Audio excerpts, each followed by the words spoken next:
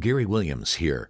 Some friends of mine are making a difference in the community, and one of the ways they're doing that is helping to sponsor this podcast. Petroselli Homes Realty Group is a boutique brokerage service located in downtown Niles. They offer a personal and intentional touch to the home buying and selling market. They take the time to learn each client's story, much like this podcast, because to them, the first step in linking buyers to the home of their dreams starts with understanding and a great deal of trust. John and Jennifer Petroselli have had the honor of helping countless buyers and sellers make effective real estate decisions to plant their roots, raise their families, expand their wealth, or simply relax and retire. So if what I've described is what you might be looking for in a realtor, I suggest getting in touch with Petroselli Homes on Niles Boulevard in downtown Niles. Now, coming to you straight from Fremont, California, this is the Fremont Podcast, dedicated to telling the stories of the past and present of the people and places of the city of Fremont, one conversation at a time. Now, here's your host, Ricky B.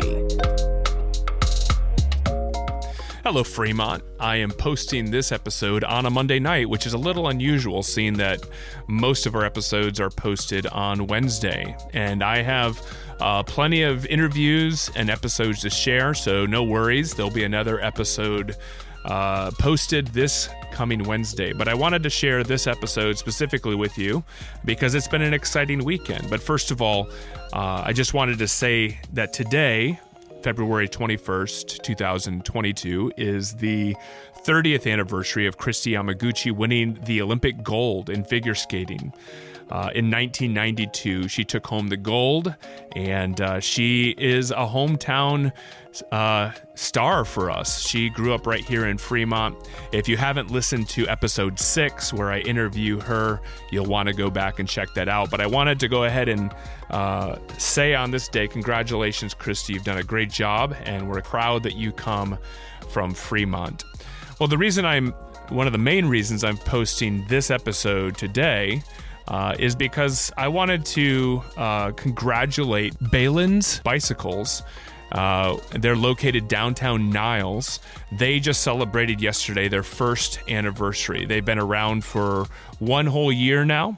They had a big celebration held in downtown Niles yesterday, and it's just been an exciting weekend for them.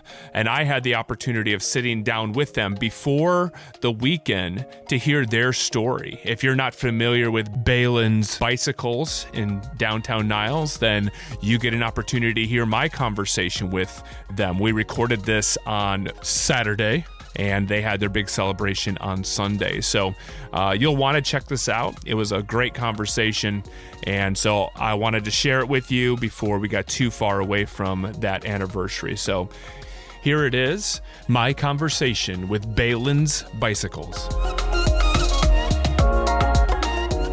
Well, today's a special day. It's actually the day before Baylands Bike Shop's first anniversary. So 1 year ago, they opened up and had their grand opening, and it's down in Niles, another one of Niles' great shops, kind of bringing back nostalgia by having a bike shop down here. But it's unique. It's a unique shop. It's a one that it seems that people are fascinated with and come from all over the area to come and see and to hang out and to meet up. So I'm with Anthony. Anthony, he's a two-timer now. He's been on the podcast already with Niles Candle Company. And if you haven't already heard that episode, you need to go find it because that was a great episode. He and his wife started the candle shop, but he is also a co-owner at Baylands Bike Shop as well. So Anthony, it's good to have you on the podcast again. Thank you so much. Thanks for having us. Yeah, man. It. And who else do we have with us here? My name is James. I'm the head mechanic at the shop. Okay. And I have two other partners, Al Sampson and Mo, our third partner, but they're not available today. They weren't able to make it today. No, okay. Sorry Yeah. about that. Well, you guys have a lot going on. Right. Tomorrow you've got a big meet going up, right? And it's going to be a big time. So that's awesome. Sure. That's awesome. Well, tell me a little bit about the bike shop. Tell me a little bit about what you got going on here. What was your vision for this, and how did this come about? Basically, how it came about, Al and myself, my other partner, we went to high school together. So we kind of just reunited, got together. We met up randomly. We haven't talked in a while, but we got together. And kind of pre-pandemic, we're just talking about, life and kids and family. And, we're getting older now. We want to start exercising and doing all this stuff. So he wanted to do a ride out back then as a reunion for kind of like a high school reunion. Yeah. With all our friends. And he did that back in, I believe it was in June of 2021. And it kind of just spiraled from there. I mean, we had a good turnout. It was called Rad Dads at the time. And we had about 300 people come out, put Niles Park over here. Okay. So then people were asking us, where's your shop? Or where do you guys sell at? You have a website? We're like, no, we don't have nothing like that. So we thought about hey, maybe we should get together and do a bicycle shop. And just, everything, timing, opportunity presented itself. And again, pre-pandemic, almost the worst time in history to open any business. We found this place and then talked to our landlord, Gary. Shout out to Gary. What's up, Gary? And he gave us the opportunity to open the spot. Nice. That's awesome. So, and then where did you come in to the picture? How were you involved in this? Or I've been a bike mechanic here in Fremont. My first job was at another local shop in 2001. I was at another one for a while, and then I had some health issues kind of act up, so I was out of work for a bit. I just happened to come down over here for another reason, and I rode by the shop and saw the big sign that said bicycles, and I was like, okay, awesome.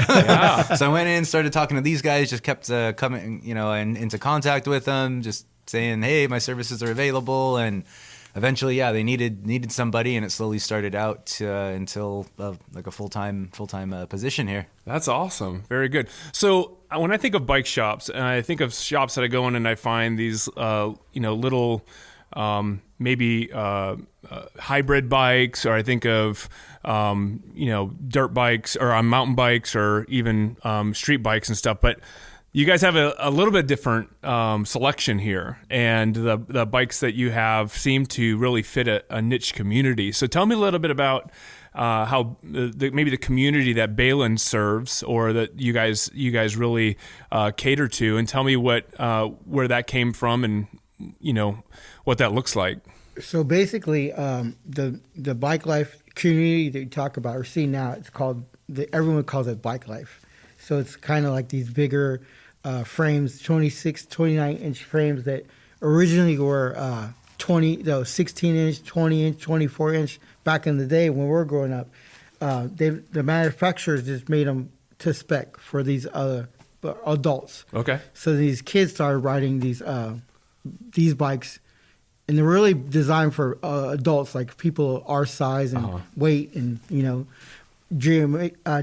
geometry, but now they're starting to ride these things and do tricks and wheelies and all this stuff. So our shop is really catered. It's more like a boutique style bicycle shop, if you would. It's more catered to people with families or kids, like this bike life community, but it's just gone global. Internationally, everyone's into bikes again. It's amazing. I'm an avid collector. I've been, since a kid. Growing up, I didn't even have a bike. I couldn't afford it. I had to share one with my brother. So it was hit or miss. But obviously, you get older and you want to buy all the things you can't afford back then. And that's kind of how this kind of spiraled into it. But we've gone to several bike shops in different locations, but we wanted to cater it strictly to our needs and what we liked and what we wanted. So we opened the shop. We got a couple of accounts. You know how it is getting started. No one wants to mess with you. Right. No one's helping out. No one's your friend. Everyone's they love to show up though when it's all when it's all done. When all the struggle and hard work is done, they just want to come in and be like, oh, hey, what's up? Oh, we were here from the beginning. You know how it goes. But now people are knocking on our doors. The manufacturers, people we reached out to originally, they're calling us, and we've been here a year, like I said, and like I told you, it felt like more than a year.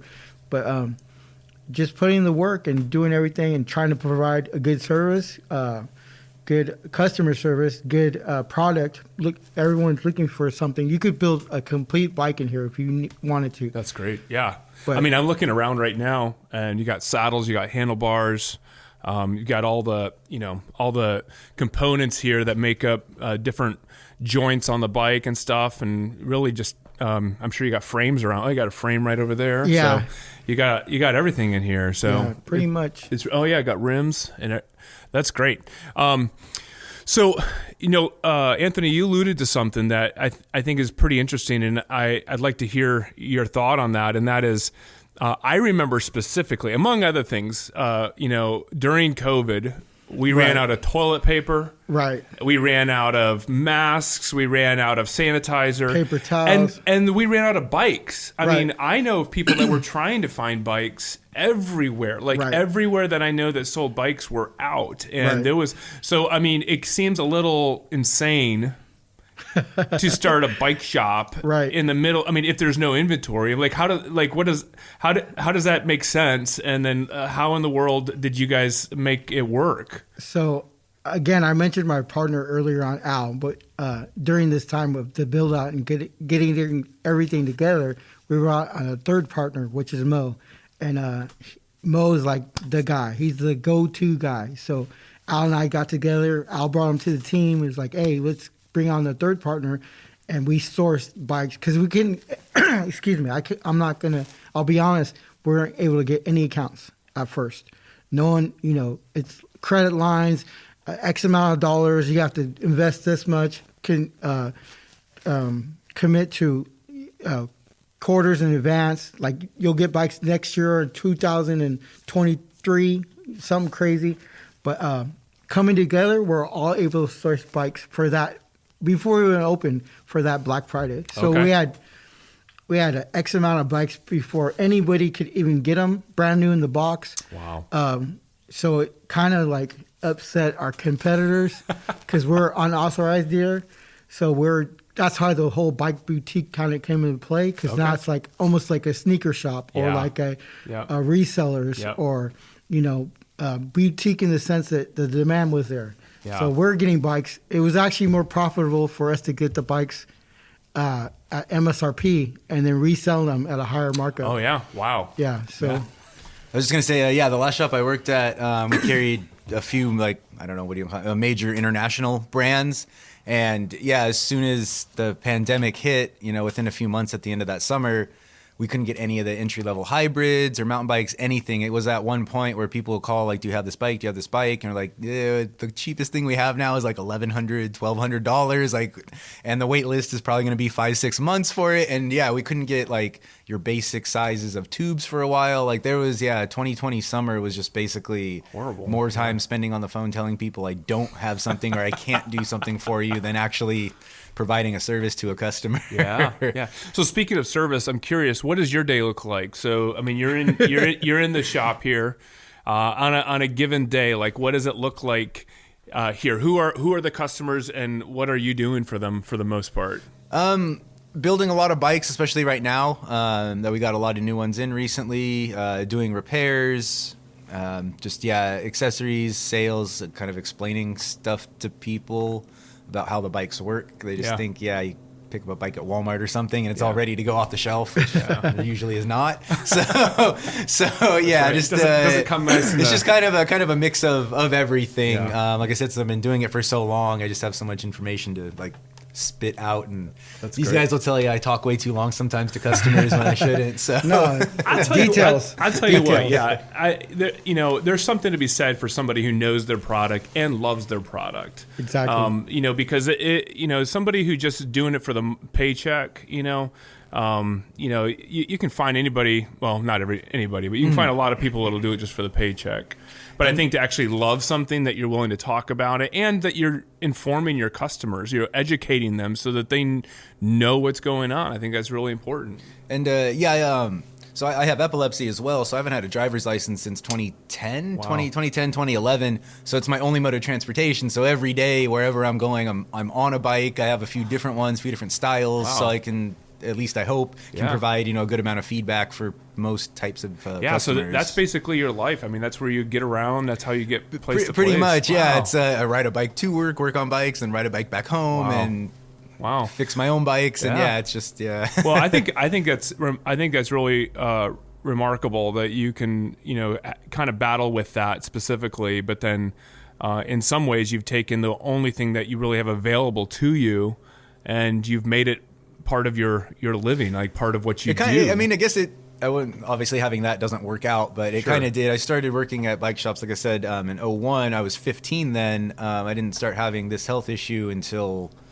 2004, 2005. So it just kind of happened to come together and be a benefit, I guess. But yeah. Wow. What's your favorite part of your job? And I know your boss is sitting right here, so I don't want to put him on the spot or put you on the spot. But what's your favorite part of the job? Coming to work and seeing these guys every day. Good answer. Just working on bikes when people then appreciate something small, I guess, that you do. I'm just like, I did this tiny little adjustment. Like, I can do this probably blindfolded, but then this customer was super appreciative that I showed him how to do it.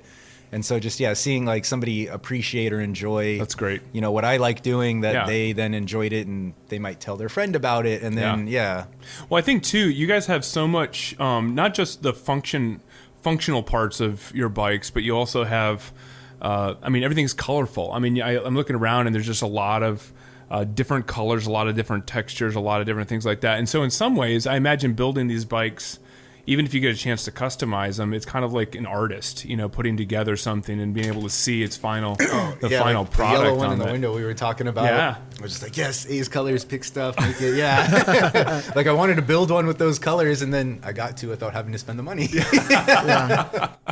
That's great. So I'm curious, and I kind of know the answer to this, but I'm interested in the name Baylands. Where does the name Baylands come from? So originally, my partners and I, when we got together, were kicking around a couple different names, and we decided, I came up with a couple different ones. I grew up here in Fremont, so over the time back when I was a kid, I used to go to Baylands Raceway back in Fremont, across from, which is now Tesla and Land Research. I'd go there for car shows and the Bugorama. They had Volkswagen shows. So I'd go there with my family, and I just remember the experience. It was the funny cars, raceway, rails, everyone in the grandstand, and they actually had a race track for BMX in the back.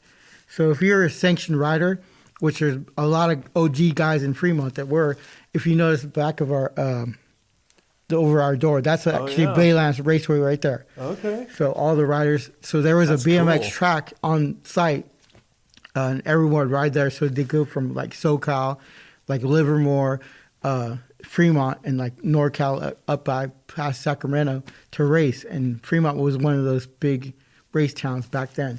So back then, I don't know if you guys are familiar with the movie American Graffiti. Oh, yeah. But George Lucas, he filmed part of the movie over there in Fremont.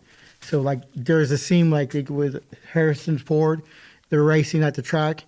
He filmed all that in Fremont right there at Baylands Raceway. Okay. And the rest of the movie is filmed in Modesto, where they have Hot August Nights now. Okay. So that's part of the whole thing, how it kind of evolved from just that little part of slice of pie from Fremont, and then, American Graffiti is a classic movie. So what a great name! What a great namesake to be able to go back to the history of Fremont, and then even tie in some of the memories that are documented in Hollywood. Right, exactly, and just bringing it back to Niles, old Hollywood, Charlie Chaplin, and the silent films, and just paying homage to Baylands, bring it back for these kids that don't know about it, and kind of educate them on the past, the present, the future. So that's great. Wow.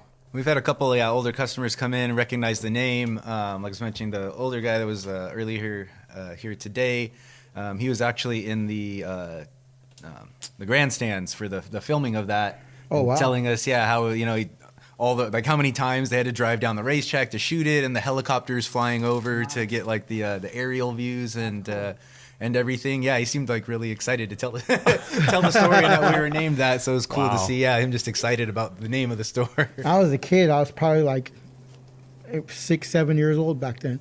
So when I got with Al, I was like, "Hey, man, I got a couple of names that I'm kicking around. Like, what do you think about these?" And he's like, "Oh, that one's cool. What's that?" And I was like, "But bro, you're from Fremont. You never heard of Baylands?" I was a little younger than me, so it's like, nah, I never heard of it. I never been. I was like, dude, that's the spot back in the day.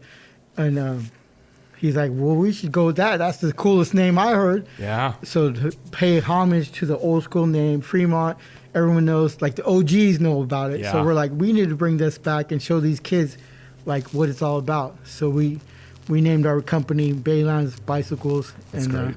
Wow. That was it, pretty much. Yeah, I love it. And the logo looks great. Thank you. Yeah, you guys have done a great job with this. Well, yeah, congratulations, guys. Thank you so much. Congratulations on one full year, successful year. I hope that your anniversary meetup is really great. And I think for people who are interested in maybe learning more about the shop here or learning about the biking community, I mean, like, what are some things that you guys could share with them? I mean, I know just right off, it's on a side street off of downtown Niles, so it is part of downtown Niles, but it's on a side street off of the main boulevard.